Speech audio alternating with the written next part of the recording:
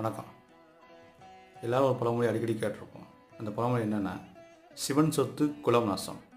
அது அர்த்தம் என்னென்னா, இந்த உலகத்தில் படைக்கப்பட்ட எல்லா பொருளுமே சிவபெருமான் பொருள். சரிங்களா? எல்லாமே அவர் பொருள் தான்.